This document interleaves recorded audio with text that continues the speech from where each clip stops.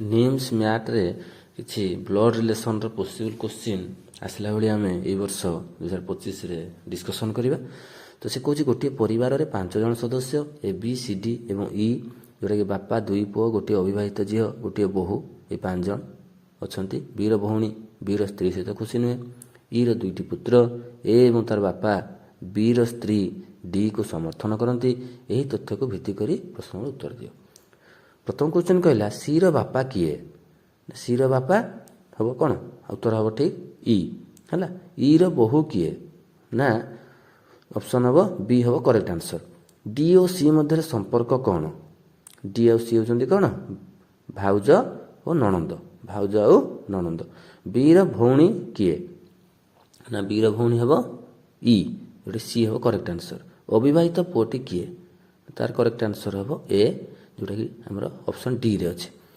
ସେଇଭଳିଆ ଯିବା ଆମେ କିଛି ସଂଖ୍ୟାକ୍ରମ ଦିଆଯାଇଛି, ଭୁଲ ଅଛି ଗୋଟେ, ତାକୁ ବାଛିବା ହେଲା। ବହୁତ ଇମ୍ପୋର୍ଟାଣ୍ଟ କ୍ୱେଶ୍ଚନ୍, ମନ ଦେଇକି ଦେଖ। 1, 3, 10, 21, 64, 129, 356, 777। ତ ଏଥିରେ କେଉଁଟା ଆମର ଭୁଲ ଅଛି? ନା 129, ଏଇଟା ହେବ ବି ହେଲା।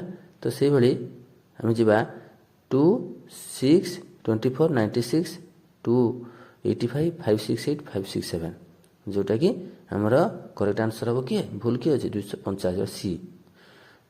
24,576, 6,144, 1,536, 386, 96, 24।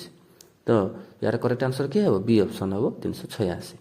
105, 85, 60, 30, 0, -45, -90। ୟାର କରେକ୍ଟ ଆନ୍ସର କିଏ ହେବ? ସି 30। 3, 8, 15, 24, 34, 48, 63। ତ ଏଥିରେ କିଏ ଆମର ଭୁଲ ଅଛି? ନା ବି 34। ନେକ୍ସଟ ଯିବା 1, 5, 5, 9, 7, 11, 11, 15, 12, 17। ଏଥିରେ କିଏ ଭୁଲ ଅଛି ମାନଟା? ନା 12। ବୁଝିହେଲା। ସେଇଭଳି 5, 27, 61, 122, 213, 340, 509। ଏଠି କିଏ ଭୁଲ ଅଛି? ନା ଆମର ଅପସନ୍ ବି 61 ହେଲା। ସିଏ ହେଉଛି ଆମର ଭୁଲ ଅଛି ବା ସିଏ ହେବ ଆମର କରେକ୍ଟ ଆନ୍ସର। ବୁଝିହେଲା ଭୁଲ ଅଛି ବୋଲି।